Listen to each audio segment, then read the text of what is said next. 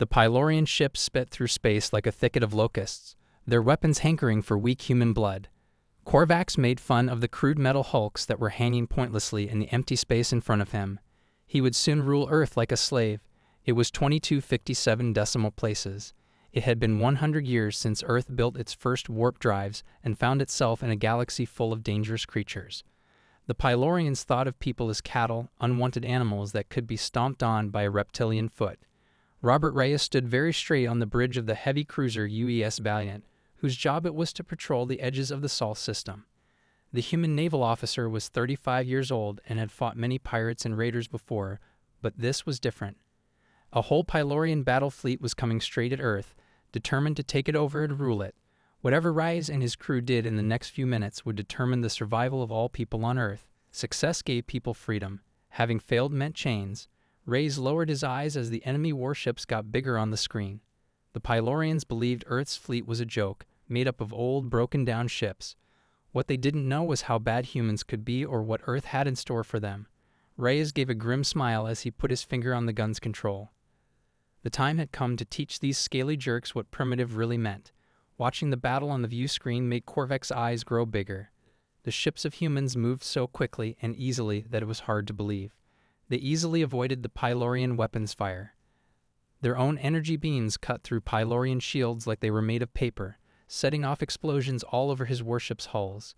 "It's not possible," Korvac hissed, clenching his scaly fists. "How is their simple technology so far ahead of ours?" Reyes calmly planned the movements of his fleet from the bridge of the Valiant.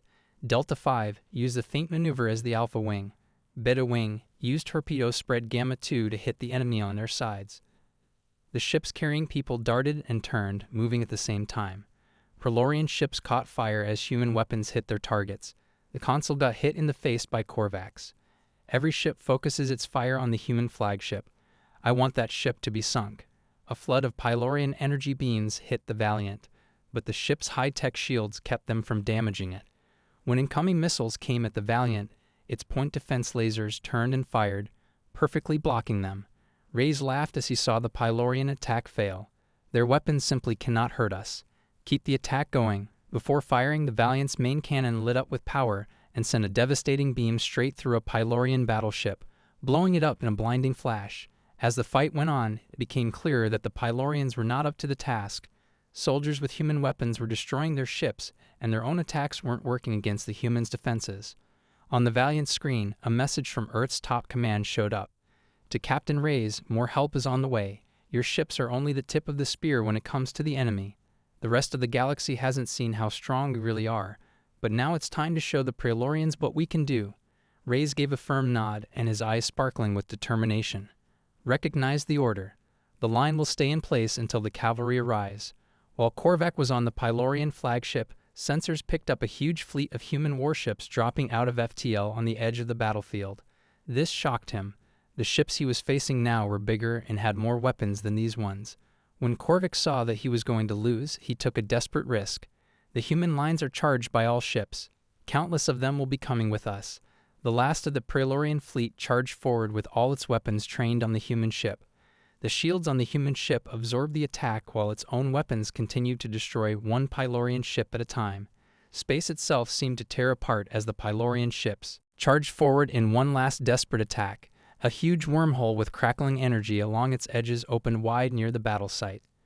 Whatever came up from the swirling depths made Korvac's eyes go wide.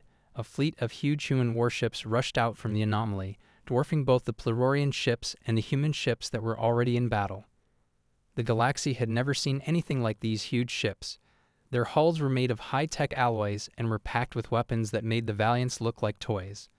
The officer of the Calm told Sir that we were being hailed by the lead ship of the new fleet. His voice was shaking with amazement. "They say that they are from the UES Prometheus, which is the leader of Earth's Titan fleet." Reyes felt proud and relieved as he saw the Titanic human ships join the fight. Their weapons were already killing the Pylorian ships. People had told him about the Titan fleet, but he never thought he would see it in action. There was Admiral Marcus Graves standing tall on the bridge of the Prometheus. His grizzled face was hidden behind a mask of determination. He had been waiting for decades for this chance to show the galaxy how powerful people really are. All ships attacked the enemy, Graves ordered, and his voice could be heard across the fleet. "Tell them what will happen if they try to hurt Earth. When the Titan fleet attacked the Pylorians, they were like wolves attacking sheep." The enemy ships were hit by waves of intense energy and antimatter missiles that tore through their hulls and set them on fire. Even though the Pylorian weapons were very dangerous to the Valiant and her guards, they didn't hurt the Titan fleet's advanced shields. The human reinforcements slowly took apart Korvac's fleet, which made him very angry. His big plans to conquer were ruined by an enemy he had way too little respect for. "Helmsman, get us out of here," Korvac yelled, his voice trailing off with desperation. "Let's go back and regroup." But the Pylorian flagship couldn't get away because the Prometheus fired a targeted electromagnetic pulse at it. The pulse destroyed the ship's systems, leaving it dead in space. Reyes told Admiral Graves over the radio that the enemy flagship was disabled, his smile growing across his face. "I think we should send a boarding party over to catch their leader." Graves agreed, Captain Reyes, and his voice was full of grim satisfaction. "Don't do this anymore." Power-armored Marines carrying advanced weapons sped towards the damaged Pylorian flagship on human boarding craft. Korvac called his bridge crew together for one last stand. Marines from Earth quickly and violently broke through the Pylorian defenses like a plasma torch through paper. Reyes was in charge of the charge. The extra strength and speed from his armor made him unstoppable. Korvac and his guards put up a strong fight on the bridge, but the human boarders were too strong for them. When Reyes crashed through the bridge doors, the guard's weapons didn't hurt his armor, and he fought Korvac with his bare hands. A storm of blows flew between the two leaders. There could only be one winner between Korvac's reptilian strength and Reyes' power-added armor. The Pylorian leader was knocked out when Reyes slammed his armored fist into Korvac's jaw. To Admiral Graves, "This is Reyes," the human captain said as he stood over Korvac's body. "The leader of the Pylorians has been caught. I believe it's time for us to talk to our friend about giving up everything without conditions." It was clear that a new era had begun for the galaxy as the human fleet took control of the battlefield and began to wipe out the remaining Pylorian troops. Once thought of as a primitive country, Earth had just made its arrival as a major power known in the most dramatic way possible.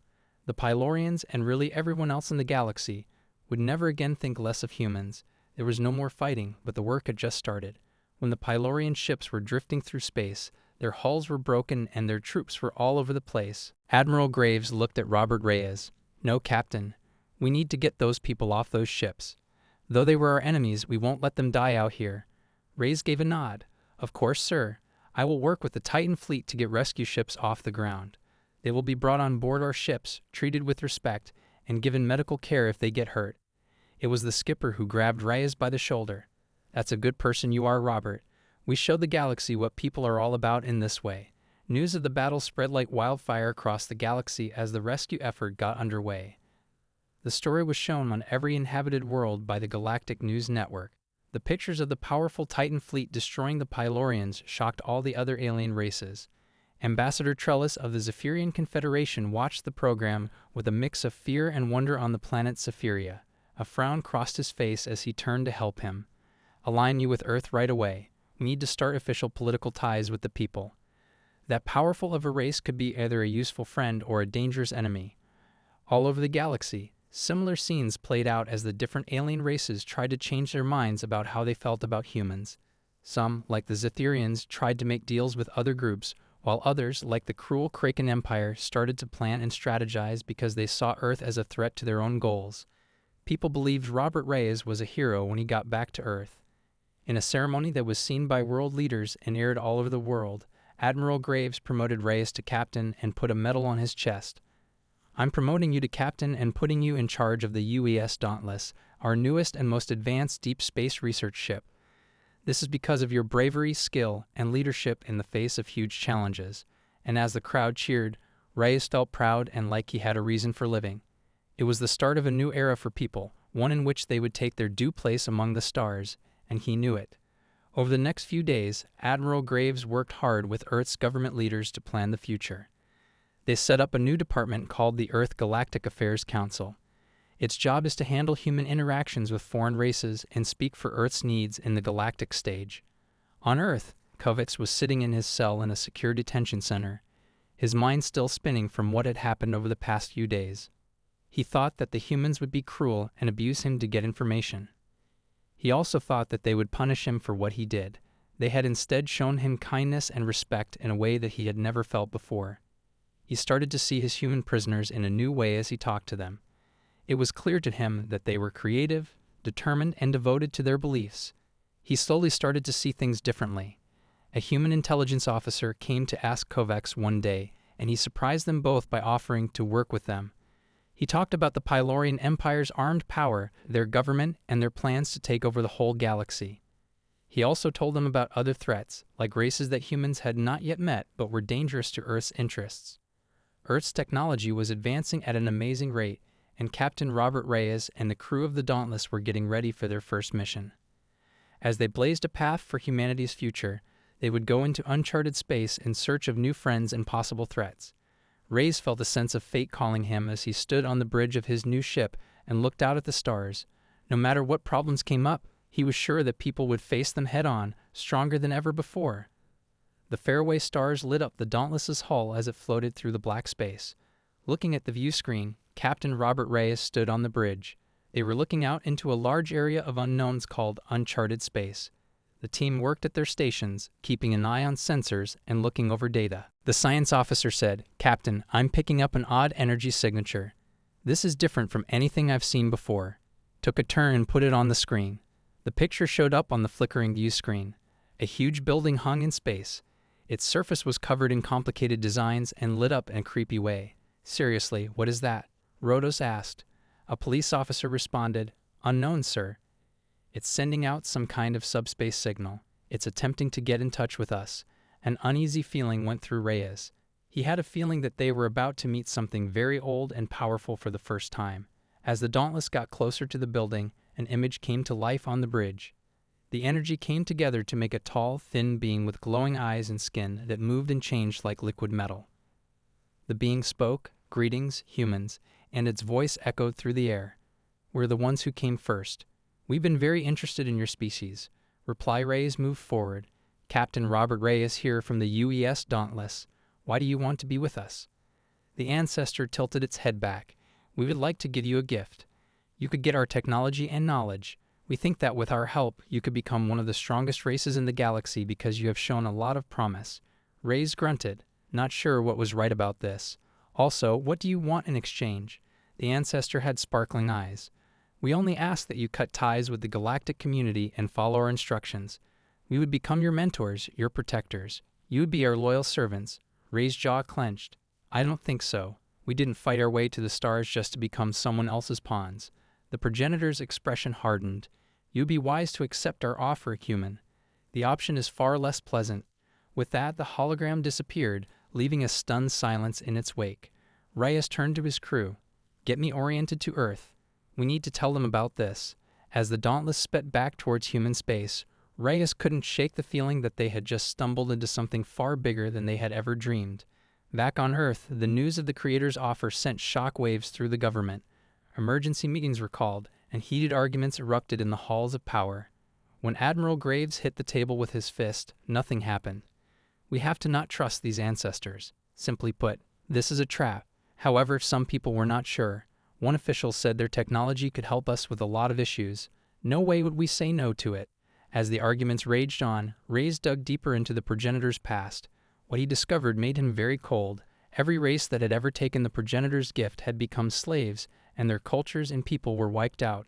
After that, the last piece of the puzzle arrived. They were able to get away from Korvac, the Pylorian commander they had taken. From the security video that Reyes looked at, he saw Kovac's eyes flash with the same creepy light that the progenitor hologram did. Reyes felt sick to his stomach. For the whole time, Kovac had been a progenitor agent controlling them and moving them toward this point. The last frantic thing Reyes did was talk to the Earth Galactic Affairs Council. He gave proof, the truth about the ancestors and their plans, and then he made his position clear. Reyes spoke with strong conviction. "We cannot accept this offer. Losing our free will and the ability to choose our own way would mean giving up everything that makes us human. We have to stick together and face the problems that come our way as free people, not as slaves to an old race with their own plans." The group finally decided not to accept the progenitor's offer. No turning back now. The strongest race in the galaxy was now one of Earth's enemies. Rez was standing on the bridge of the Dauntless and looking up at the stars. He knew that bad times were coming, but he also knew that people would face them head-on without any apologies. After all that distance, they couldn't go back. Even though no one knew what would happen in the future, one thing was certain: the fight for freedom and survival had only just started. There is no more to say in this story. Please leave a like and subscribe to our channel if you like this story and want to help us out. Additionally, I will heart every message that ends with 88%. Appreciate your time.